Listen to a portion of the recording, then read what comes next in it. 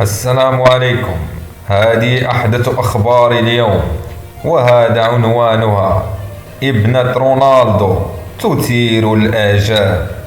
المرجو الإعجاب بالفيديو والاشتراك بالقناة ليصلكم كل جديد. نشرت جورجينا رودريغيز زوجة لاعب نادي النصر السعودي النجم البرتغالي كريستيانو رونالدو عبر حسابها في انستغرام مقطعا مصورا لابنة الدون ألانا مارتينا، وهي تردد بطلاقة أسماء أيام الأسبوع باللغة العربية. وحرصت جورجينا رودريغيز زوجة رونالدو على اطلاع متابعيها على قدرة ابنتها على تعلم اللغة العربية بسرعة. ونشرت رودريغيز مقاطع فيديو ستوري بحسابها بموقع التواصل الاجتماعي انستغرام تظهر خلالها ابنتها وهي تتحدث العربية. وبدا أن نجلة رونالدو بدأت في تعلم بعض الكلمات العربية